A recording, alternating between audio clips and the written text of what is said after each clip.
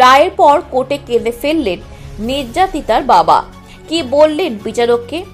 রায় ঘোষণা করে নিজের আসন ছেড়ে উঠেই যাচ্ছিলেন বিচারক, হঠাৎ কান্নার শব্দ। আদালতে কেঁদে ফেললেন নির্যাতিতার বাবা। হাত জোর করে বিচারকের উদ্দেশ্যে কিছু বলতেও চাইলেন। বিচারকও তাকে বলতে বলেন। কাঁদতে কাঁদতে বিচারককে ধন্যবাদ জানালেন নির্যাতিতার বাবা। দোষী সাব্যস্ত করেছে শিয়ালদহ আদালত। রায় ঘোষণার পরে বিচারককে আদালতে ধন্যবাদ জানিয়েছেন নির্যাতিতার বাবা।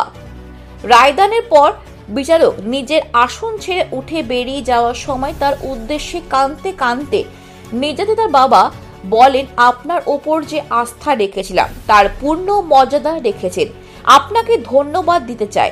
তা শুনে বিচারক নির্যাতিতার বাবাকে জানান তাদের কথা তিনি সোমবার শুনবেন। সোমবার সাজা ঘোষণা করবেন বিচারক।